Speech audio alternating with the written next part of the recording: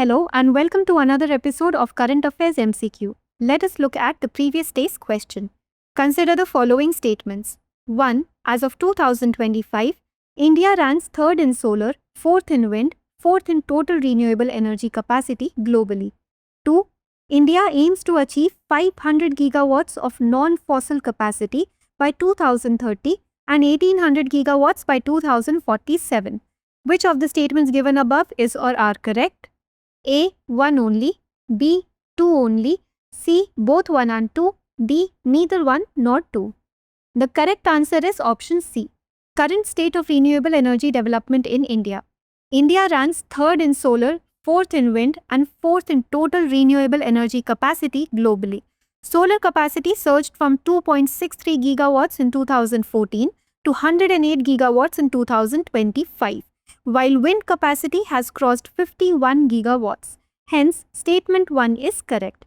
India aims to achieve 500 gigawatts of non-fossil capacity by 2030 and 1800 gigawatts by 2047. Hence, statement 2 is correct. Hence, option C is the correct answer. Moving on to the first question. Consider the following millets. 1. Sorghum. 2. Pearl millet. 3. Foxtail millet. How many of the above are considered major millets in India? A. Only 1, B. Only 2, C. All 3, D. None. The correct answer is option B. In India, millets are broadly classified into major millets and minor millets based on their production volume and consumption. Sorghum or jowar, finger millet and pearl millet or bajra are classified as major millets due to their widespread cultivation and consumption across various Indian states.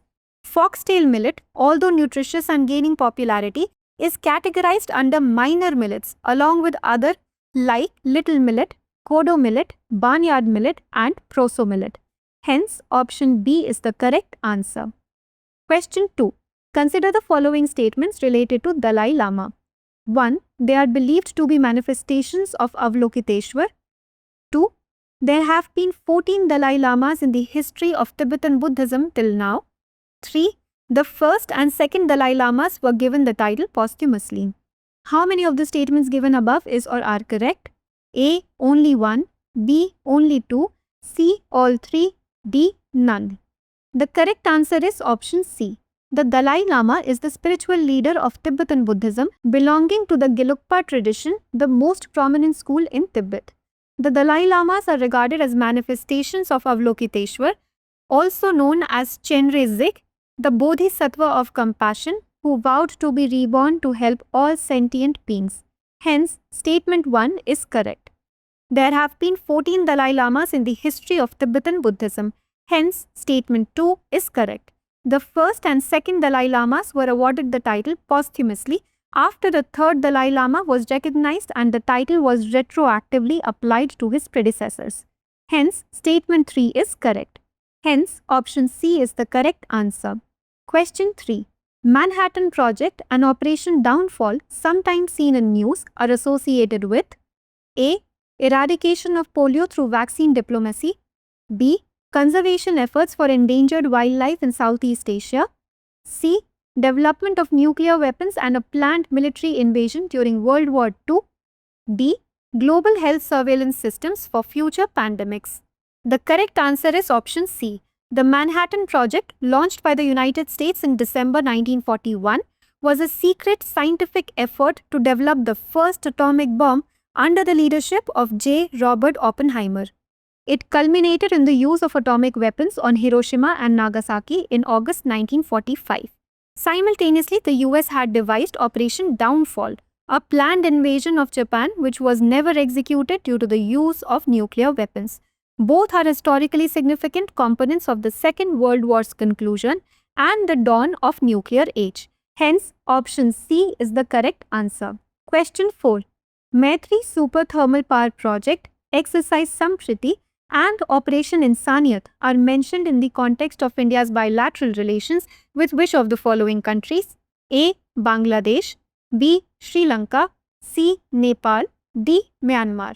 The correct answer is option A. The Maitri Super Thermal Power Project is a 1320 megawatt coal-fired plant located in Rampal, Bangladesh, developed as a joint venture between India's NTPC and Bangladesh's Power Development Board under the Bangladesh-India Friendship Power Company Limited.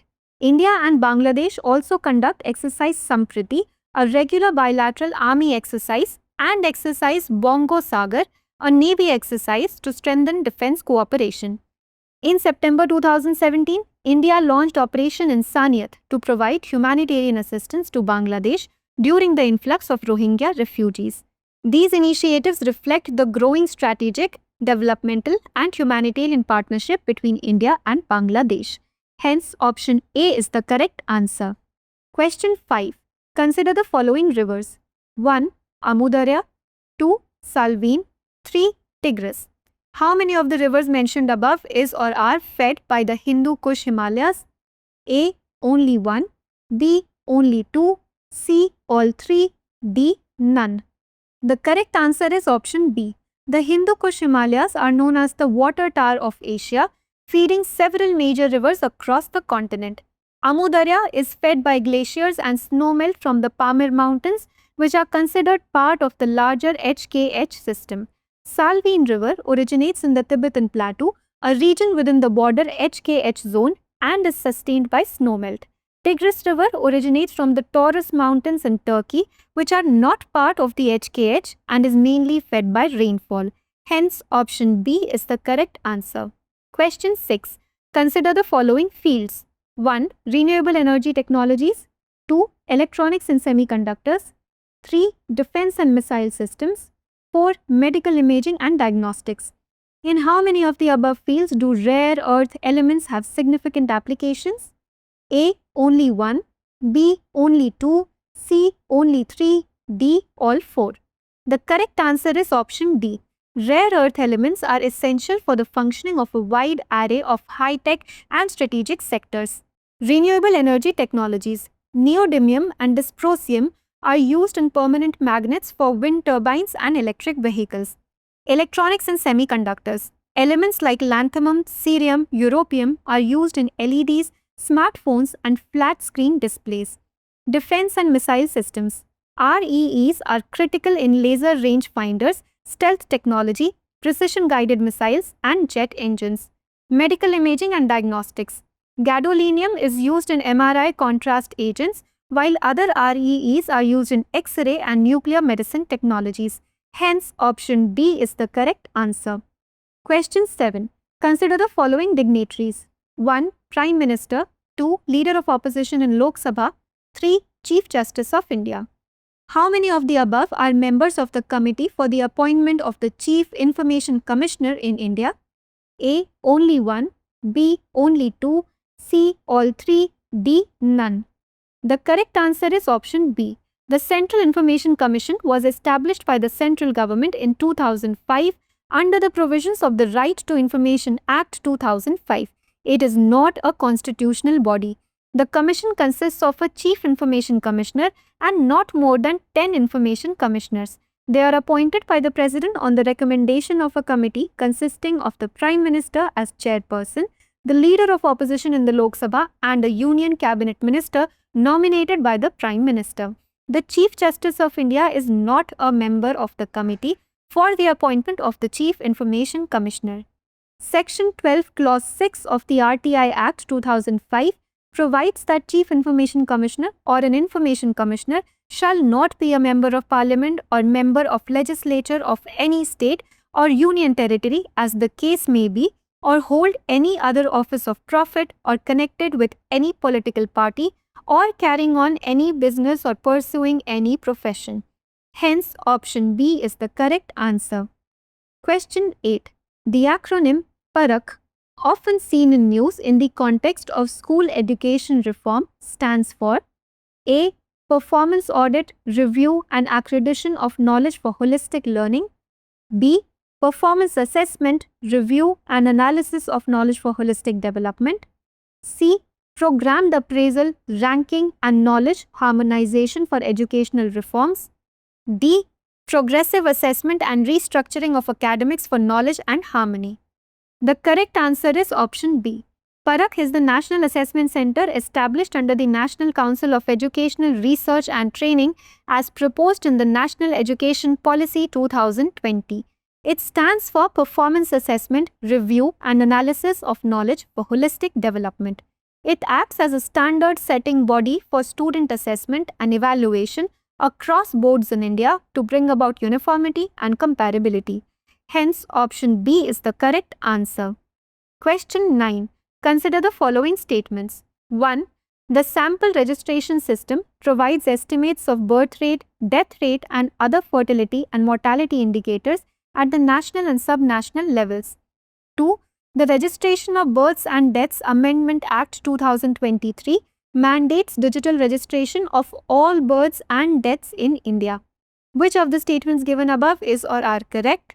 A. 1 only, B. 2 only, C. Both 1 and 2, D. Neither 1 nor 2. The correct answer is option C. The sample registration system is a large-scale demographic survey for providing reliable estimates of birth rate, death rate, and other fertility and mortality indicators at the national and sub-national levels. SRS is one of the largest demographic surveys in the world. Hence, statement 1 is correct. The Registration of Births and Deaths Amendment Act 2023 mandates digital registration of all births and deaths in India from 1st October 2023 through the center's portal. Hence, statement 2 is correct. Hence, option C is the correct answer. Question 10. With reference to lithium, consider the following statements. 1. It is an alkali mineral known as white gold and is the lightest metal in the periodic table. 2. It has low density and possesses rich electrochemical properties. 3. The lithium triangle made up of Argentina, Chile, and Bolivia contains roughly half the world's known lithium. How many of the statements given above is or are correct? A. Only 1, B. Only 2, C. All 3, D. None. The correct answer is option C. Lithium is an alkali mineral also known as white gold. It is soft, silvery white metal, the lightest metal of the periodic table. Hence, statement 1 is correct. Major properties. It is highly reactive, has low density, and has excellent electrochemical properties. Hence, statement 2 is correct. Lithium is found naturally in various minerals including spodumene, petalite, and lepidolite. It is extracted from these minerals and refined into lithium metal or its compounds. Lithium triangle. It is made up of Argentina, Chile, and Bolivia, contains roughly half the world's known lithium. Hence, statement 3 is correct. Hence, option C is the correct answer. Now, let us look at a practice question. Which of the following statements is not correct regarding carbon pricing? A. Carbon pricing mechanisms link the external costs of emissions to their sources. B. Under the mechanism, polluters can either reduce their emissions, continue polluting, or invest in cleaner technologies. C. Carbon pricing helps in reducing carbon emissions by imposing a tax or cap and trade system. D. Current global carbon pricing mechanisms cover 50% of global CO2 emissions across more than 80 countries. Please provide your answers in the comment section.